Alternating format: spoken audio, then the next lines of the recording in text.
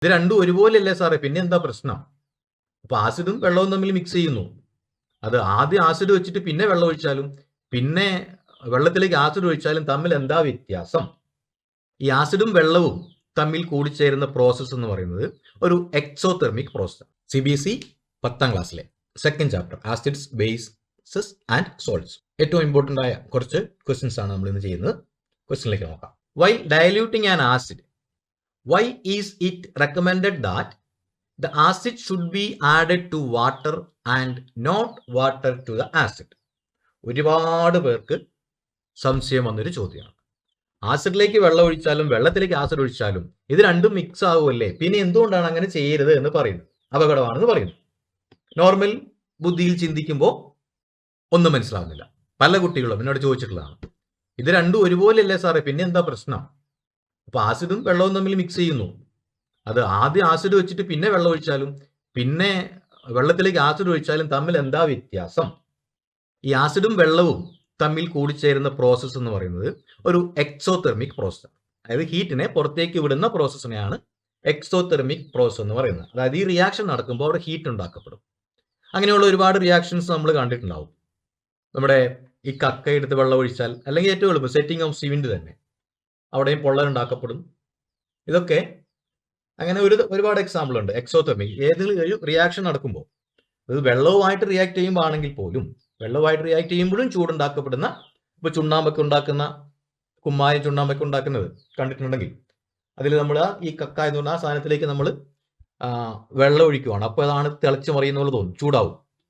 അപ്പോൾ ആ റിയാക്ഷൻ നടക്കുമ്പോൾ അവിടെ ചൂടുണ്ടാക്കപ്പെടും. അതുപോലത്തെ ഒരു റിയാക്ഷനാണ് ഇവിടെ.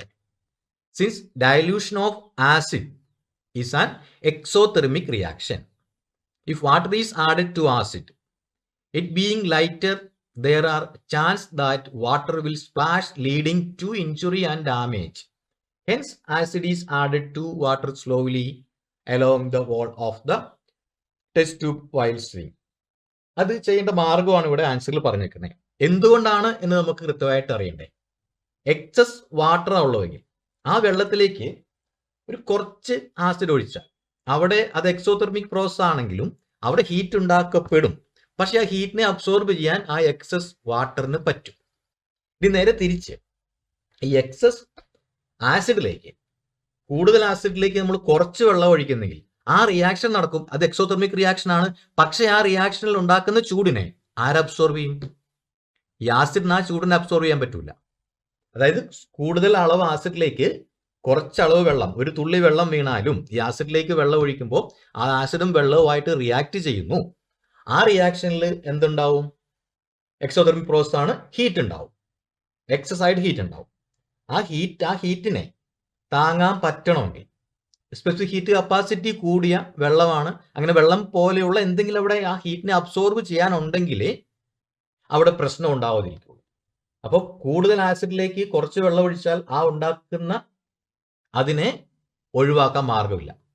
There are chances that water will splash, leading to injury and damage. ഇനി നേരെ തിരിച്ച് ചിന്തിച്ച് നോക്കുക. നോർമലി ചിന്തിക്കുമ്പോൾ രണ്ടും ഒരേ സാധനം തന്നെയാണ് ആഡ് ചെയ്യുന്നത്. പക്ഷേ റിയാക്ഷൻ എക്സോതെർമിക് എന്നുള്ളതാണ് ഇവിടുത്തെ പ്രശ്നം.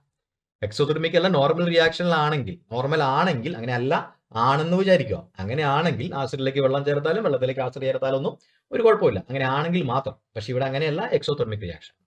ഇനി നമ്മൾ തിരിച്ച് എക്സസ് വാട്ടറിലേക്ക്, വാട്ടർ കൂടുതൽ എടുത്തു, അതിലേക്ക് ചെറുതായിട്ട് ഇവിടെ പറഞ്ഞിരിക്കുന്ന ആ ടെസ്റ്റ് ട്യൂബ് മാത്രം അല്ലാതെ അവിടെ ചേർക്കുവാണെങ്കിൽ ചെറുതായിട്ടാണ് കുറച്ച് ആസിഡ് ചേർക്കുന്നതെങ്കിൽ അവിടെയും എക്സോതെർമിക് റിയാക്ഷൻ തന്നെയാണ്, ഹീറ്റ് ഉണ്ടാക്കപ്പെടും. പക്ഷേ ആ ഹീറ്റിനെ അബ്സോർബ് ചെയ്യാൻ വേണ്ടി അത്രയും സ്പെസിഫിക് ഹീറ്റ് കപ്പാസിറ്റി കൂടിയ വെള്ളത്തിന് പറ്റും.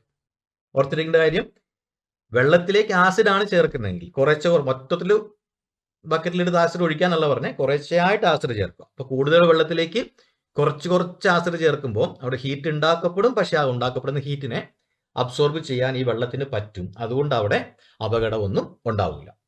ഇതിന്റെ കാരണം ഓർത്ത് വെക്കണം. എക്സാമിന് എഴുതുവാണെങ്കിൽ എക്സോതെർമിക് പ്രോസസ് എന്നുള്ള പോയിന്റ് അവിടെ കൃത്യമായിട്ട് വേണം. എക്സോതെർമിക് റിയാക്ഷൻ ആണ്. ഇനി സാധാരണ നോർമൽ റിയാക്ഷനിലാണെങ്കിൽ ആസിഡും വെള്ളവും കൂടി ചേർത്താൽ ഒരു കുഴപ്പവും ഉണ്ടാവില്ല.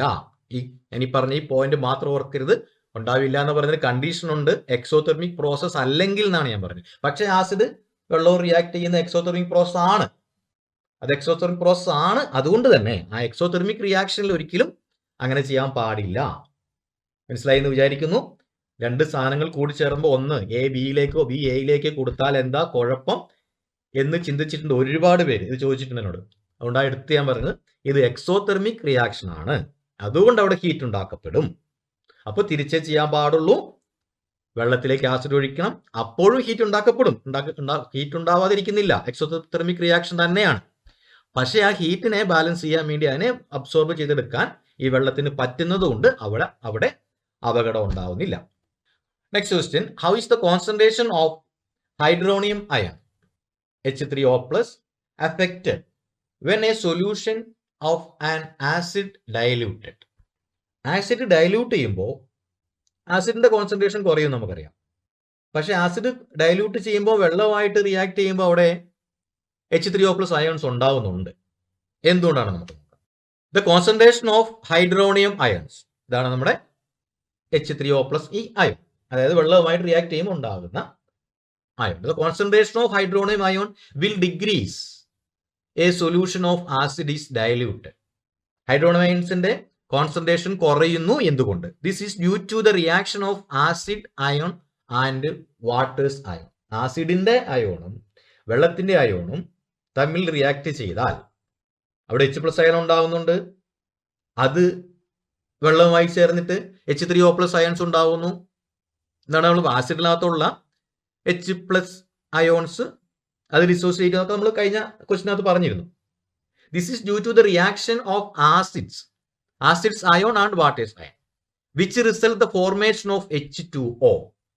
അവിടെ H3O+ ഉണ്ടാവുന്നുണ്ടെങ്കിലും പിന്നീട് എന്ത് ചെയ്യും, എക്സസ് വെള്ളം വന്നു കഴിയുമ്പോൾ ഈ വെള്ളത്തിലേക്ക് കൂടുതൽ ഇത് വെള്ളത്തിൽ ഡൈല്യൂട്ട് ചെയ്യുകയാണ് ചെയ്യുന്നത്. അപ്പൊ ഡൈല്യൂട്ട് ചെയ്യുമ്പോൾ വെള്ളത്തിന്റെ അംശം കൂടുതലായിരിക്കും. ദ ഫോർമേഷൻ ഓഫ് H2O, ഈ H3O+ ഉണ്ടായാലും ഇനിയും അവിടെ മറ്റ് എലമെന്റ്സ്, മറ്റ് ആറ്റങ്ങൾ അവിടെ ഉണ്ട്. അപ്പോൾ അവിടെ എന്താവും, അവിടെ H2ന്റെ ഫോർമേഷൻ, അത് ചേർന്നിട്ട് H2O ഉണ്ടാവും. ഓൾറെഡി വെള്ളത്തിലാണ് ഉള്ളത്. This makes the solution less acidic with the decrease in the concentration of hydronium ions. ഇനി ഒരു ആസിഡ് ഡൈല്യൂട്ട് ചെയ്യുമ്പോൾ എന്തായാലും ആസിഡിന്റെ കോൺസെൻട്രേഷൻ കുറയും എന്ന് നമുക്ക് നോർമൽ ബുദ്ധിയിൽ ചിന്തിക്കാം. കോൺസെൻട്രേഷൻ കുറയുന്നു. ഈ കോൺസെൻട്രേഷൻ കുറയാന്ന് പറഞ്ഞാൽ എന്താ, ഈ സൊല്യൂഷനിലെ this makes the solution less acidic with the decrease in the concentration of hydronium ion. Hydronium അയോൺസിന്റെ കോൺസെൻട്രേഷൻ കുറയുന്നു. കാരണം എന്താണ്, ഈ ഹൈഡ്രോണിയം അയോൺസ്, ആസിഡിനകത്തെ അയോൺസും വെള്ളത്തിലെ അയോൺസും കൂടെ കൂടിച്ചേർന്നാൽ which result the formation of H2O, അത് കൂടിച്ചേർന്നിട്ടും വെള്ളമായിട്ട് മാറുന്നു. അപ്പോൾ ഇതിന്റെ കോൺസെൻട്രേഷൻ കുറയുന്നു. Next question, how is the concentration of hydroxide ions, OH- ions, affected when excess base is dissolved in a solution of sodium hydroxide? ഇപ്പോൾ നമ്മൾ ആസിഡിന്റെ കാര്യം പറഞ്ഞു, അതേപോലെ base. How is the concentration of hydroxide, OH- ionsന്റെ അത് excess of base is dissolved in a solution of sodium hydroxide. ഈ sodium ഹൈഡ്രോക്സൈഡിൽ hydroxide അയോൺസിന്റെ കോൺസെൻട്രേഷനിൽ എന്ത് സംഭവിക്കും? The concentration of hydroxide ion, OH- ions, increase when the excess base is dissolved in a solution of sodium hydroxide. The concentration of hydroxide ions, OH- ions, increase when excess base is dissolved in a solution of sodium hydroxide. Excess base is dissolved in a solution of sodium hydroxide. Sodium hydroxide excess base dissolve ചെയ്താൽ, കാരണം this is because base are substance that produced hydroxide ions. ഈ base എന്ന് പറയുന്നത് hydroxide ions, OH- ions produce ചെയ്യുന്ന സാധനമാണ്. When dissolved in water, ഈ sodium hydroxide NaOH is itself a base. ഈ sodium hydroxide ഒരു ബേസ് ആണ്. അപ്പോൾ hence when excess base is added to the solution, sodium hydroxide base ആണ്, അതിലേക്ക് base വീണ്ടും ആഡ് ചെയ്താൽ അതിന്റെ ബേസിക് പ്രോപ്പർട്ടി കൂടും. അതായത് അതിലുള്ള ഹൈഡ്രോക്സൈഡ് അയോൺസ്, OH- അയോൺസിന്റെ കോൺസെൻട്രേഷൻ ഇൻക്രീസ് ചെയ്യും. നേരത്തെ കഴിഞ്ഞ കേസിൽ നമ്മൾ പറഞ്ഞത് ആസിഡും വെള്ളവുമായിട്ട് ചേരുമ്പോൾ അത് ഡൈല്യൂട്ട് ചെയ്യുകയാണ്, അവിടെ അയൺസിന്റെ കോൺസെൻട്രേഷൻ കുറയുകയാണ്. ഇത് concentration of hydroxide ions increase when the excess base is dissolved in a solution of sodium hydroxide. Sodium hydroxide ഒരു ബേസ് ആണ്. ദിസ് ഈസ് അവിടെ നമ്മൾ പറഞ്ഞിട്ടുണ്ട്, sodium hydroxide is itself A base. ആ ഒരു ബേസിലത്തേക്ക് വീണ്ടും ബേസ് തന്നെ ആഡ് ചെയ്താൽ ബേസിന്റെ കോൺസെൻട്രേഷൻ കൂടുതലേ ഉള്ളൂ എന്ന് നമ്മുടെ നോർമൽ ബുദ്ധിക്ക് ചിന്തിക്കാം. അപ്പോൾ how is the concentration of hydroxide ions affected when excess base is dissolved in a solution of sodium hydroxide? അപ്പോൾ ഒരു ബേസിലേക്ക് വീണ്ടും ബേസ് തന്നെ ആഡ് ചെയ്യുമ്പോൾ the concentration of hydroxide ions increases.